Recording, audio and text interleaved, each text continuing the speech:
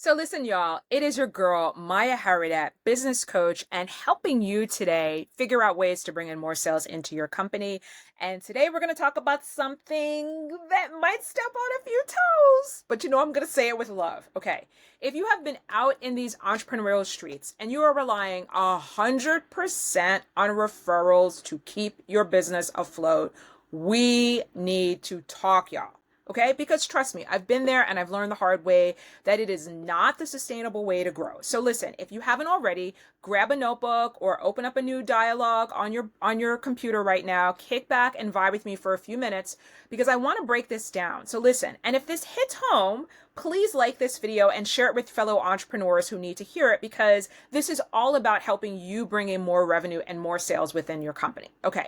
So first things first, let us talk about why relying solely on referrals is a trap. I think it is one of the big mistakes that service-based entrepreneurs make because we put ourselves in this position where we're excited. We love doing the work that we're doing, right? Like you feel really good about it. It's awesome. Who wants to deal with that sales stuff out there? I want to focus on making my clients happy. And as long as the referrals keep coming in, I am good. But listen, here's one of the things that happens when you rely 100% on referrals. And the first big one that I'm going to knock your socks off with is you are giving away your power, my friends. Listen, when your business relies entirely on referrals, you are not in control of your sales pipeline. You are out there waiting for someone to call you and hoping that someone remembers to say your name in a room full of opportunities. And listen, I'm not throwing no shade. I have done it myself. Hope, however, is not a sales strategy. And I want you to stop doing that. I want you to stop giving away your power, thinking like a freelancer that just hopes the machine just is going to give you plenty of work. You've got to see yourself as the CEO. I want you in control. I want you owning this piece about building a sales strategy for your company. All right. Now, the next one that I want to dig into is this idea that a referral may or may not always match the vision of where you want to go with the company. Okay. How many times have you gotten a referral from someone that when you got it, you were like, that's really nice and all, but that's not really who I really want to work with. Okay. You side eyeing your phone looking like, this is not who I want to work with. They don't have my budget. They don't have my vision. Why are we wasting our time? So listen, especially nowadays where I get that you want to be able to work with people that do refer you. There's something really powerful about having a referral come in because it means that they really appreciate who you are, they value who you are, they trust who you are. And then let's also keep it real. It makes it a lot easier to not have that person have to go through the entire marketing, cycle in order to be able to see like, okay, I first heard about her and now I want to do business with her. Like usually if you get a referral, that means you've kind of already been pre-vetted. But the pre-vetting that the person did for you might not be a good fit for you and your goals. And so are you now taking a ton of referrals and you're not working with your ideal clients or the ideal budgets or the ideal types of projects that you want to work with, or they're just ghosting you altogether in this regards? Please don't set yourself up like that in that regards. And then the biggest issues that I have with referrals is that they are not consistent. It's just this constant waiting for the next opportunity to come. And let me see if you identify with where I'm going with this, right? So 1 month, you've got a ton of work coming on and you're like doing really good. Your bank account's doing really good. And you're like, I'm good, I'm good. And then 2 months go by and 3 months go by. And that last invoice went out like 2 months ago. And you starting to stare at your own inbox like it owes you some money because at this point it actually does. So now you're like, ooh, who's going to hire me? Who's going to hire me? Listen, if you want to build a scalable, predictable business, you're going to need a strategy that works even when you are not actively networking. And there are ways of doing that. Even when you are literally like this up to your eyeballs with work, there are ways of keeping your brand out there, of keeping your business out there, and then being able to keep that money flowing in so that you're able to kind of keep sales growing on a regular basis. And let me give you a quick story about this because I am not throwing shade at anyone who does this. This is how a lot of businesses get started. It's how I got started. I'm raising both hands in case you didn't notice on this one. So I'm not trying to throw shade on anyone about this. When I started my first business, the first client I got was me going out and looking for a project. But the way that I landed the client was through a referral. The person that I was reaching out to be able to take on this teaching project knew someone within my network, and that was actually how I got the business. So then I was like, oh, okay. So this is all about being able to get more and more people to recommend me for projects, and that's how I'm going to get business. And listen, I love it like anybody else does of getting that call out of the blue is like, hey, we got some budget and we have a project. Are you interested in the project? Because it feels like you've been validated. It feels like, hey, I know what I'm talking about and I know what I'm doing here and like I'm doing something right. But after doing that for a few years, I kept hitting this ceiling. And for me, my ceiling would often hit during the wintertime. It would hit between the time of the holidays through to like when the events started showing up again around like March, April. And y'all, it was lonely during that time because I couldn't find clients if I wanted to during that time frame. And to be frank, I didn't really know how to find them. I just knew how to be able to wait for people to know what it was that I was doing and kind of figure out, hey, she might be able to do this project or she might be the consultant that we want to be able to bring in. And I got really frustrated with that, right? I mean, a few years I figured out some interesting strategies of how to kind of bridge that gap, but then I really got clear that I'm tired of always capping seeing my revenue at this particular dollar amount where I can't get above it and get to this next amount. And listen, I want some consistent income. I don't need this guessing game going on. And definitely when I became a parent, it was without hesitation. I need some consistent flow because the child got to eat and we need to be able to get new shoes for the child, right? Now, when I got really honest about it, it was because I had never really thought about how to create a system. I didn't know at that time, and I still don't know a lot of places right now that teach you sales systems, that teach you how to build a sales plan, that teach you how to think about the strategy around your sales, and how you have to think about reverse engineering how that looks and how that shows up in your business. So it hit me. If I want to build a scalable business, I'm going to have to sit down and figure out a sales strategy, even though I haven't sold a gazillion dollars of product. I mean, I've done quite well in my business and I'm very proud of myself over the time that I've done, but I'm not like this 500 gazillion dollar sales seller. So listen, here's what a solid sales strategy looks like for any of you that are thinking like, well, okay, Maya, like I get your story and I get where you were going, but now like what do we do? How do we move from referrals and go to much more of a predictable, scalable process? The first step is you have to be aware that that is the business that you are actually in. You're thinking right now that it has a lot to do about the client deliverables and making sure you're an amazing, whatever type of service you're providing and you're so good at what you do. And that's true. I don't want to discount that for a minute. You need to have a really amazing service. You need to have a really, really quality delivery that you're putting out there for your clients. But the first thing that you have to really start getting comfortable with is knowing your numbers.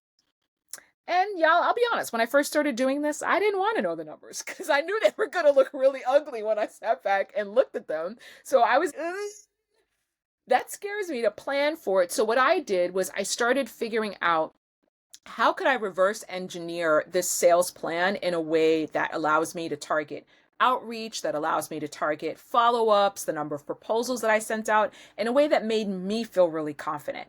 And so I just started doing a couple of things, tracking what I was doing, right? Like I didn't come up with some great grand scheme when I first started doing this work. Let me be clear about that. I just started tracking the results that I was getting and what I was actually looking at. And it's kind of funny. If you start tracking for 30 days what you actually do around sales, I don't know, you might start to see some patterns there and start to get some ahas and some insights on what you can do. And also, to be frank, what you can stop doing because that's not really getting results for your company. All right. Now, there's another step that you can take of as well when you start thinking about stepping away from being 100% referral based to now being a little bit more in control of those sales numbers coming into your company. You've got to think about your sales in the same way you think about financial portfolio. If you have money that's in the stock market right now, you probably don't have it all in one stock, right? Like, at least I hope not. Even if you work for a company, you have a large amount in one stock, there's still some diversification that's out there. So I want to recommend for you now, when you're taking those first steps now to be able to think about, well, how do I get more sales? Referrals is a strategy, by the way. It is a source to be able to get them. But now I want you to step back and think of what are some other ways where my ideal client they're hanging out at and I've got to go out and meet them where they are. Could it be on social media? Could that be the place where they're hanging out at? Could it be that you're partnering with others that are already working with those groups already that you want to be able to target? Could it be going to different networking events or conferences or outside type of venues? Or listen, I'm a big believer in some online networking as well. There are ways you can show up powerfully from your computer in your house or wherever your residence is and just be able to get your business and your brand out there. So I want you to just take a step back for a moment and think about the last 3, 4, 5 clients that you've worked with. How did you get them, right? And if you had to think about those 5 or 6 clients and how to diversify, not just getting them 100% through referrals, but through another outlet, another option, and I just gave you a few a moment ago, what are some of the things that you think those clients might have been interested in? Would they have been at an event? Would they have been attending an online summit or conference or event? You could have networked with them or in person. Are they on social media? Get really creative. And the best way to do this, especially if you're not a social media strategist, is just think about how your people are already showing up, right? If you don't have the marketing strategy right now, you do not need to be an expert at this. You just think about, well, where are the places and spaces where the people you just work with, where are they all showing up? And then that's where you want to think about making sure that you're going to show up on a regular basis. Now, the final one that I want you to think about, and this one to me has been part of the key of what touches my soul of why I've been in business for the number of years that I've been in business for, and that is you want to work on building relationships and not just pipelines. Because y'all, sales is not just about the numbers, it's about the people too.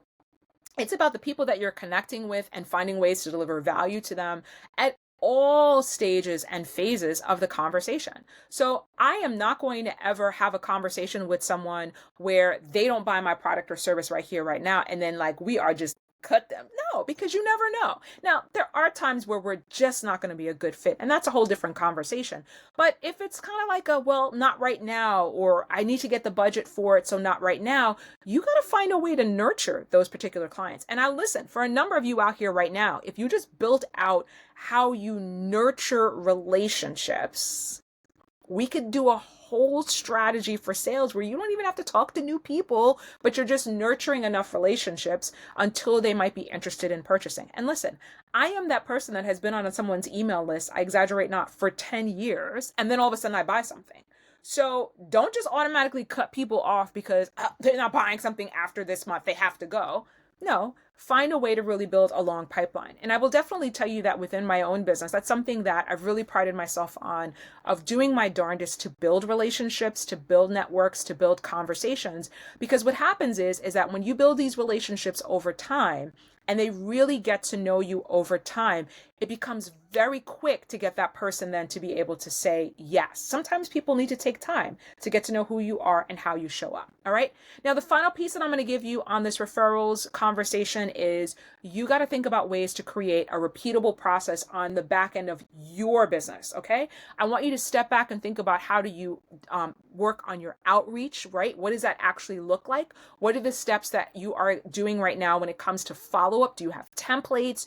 Do you have ways of how you're tracking that? And what are your closing techniques? Do you have a number every month that you're saying, this is the goal that I need to be able to reach? Or for that matter, every week, all right?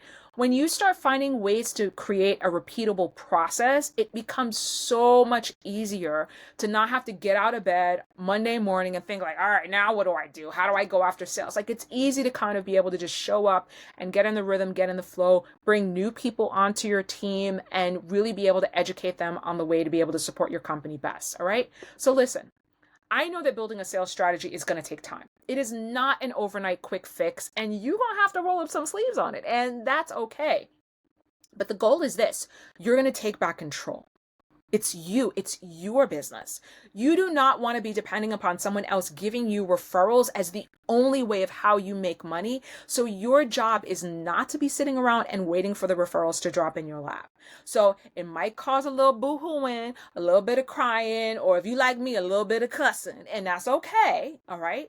But be willing to take the steps, because the peace of mind that you have when you create a sales plan for your company and you really like what's in that plan and it's helping you produce repeatable, consistent revenue, it's a game changer. Okay. So listen, I want to know what your next step is after this video. Do me a favor, drop in the comments like one action step that you're going to take after watching it today, and let me know what resonated with you most. Oh, and before you go, don't forget to like the video, hit that subscribe button and share it with a fellow entrepreneur who you know needs to hear this, because I want to spread this word and build businesses that are working for us, businesses that are taking us to the next level and not the other way around. Thank you so much for watching, and I'll catch you in the next video.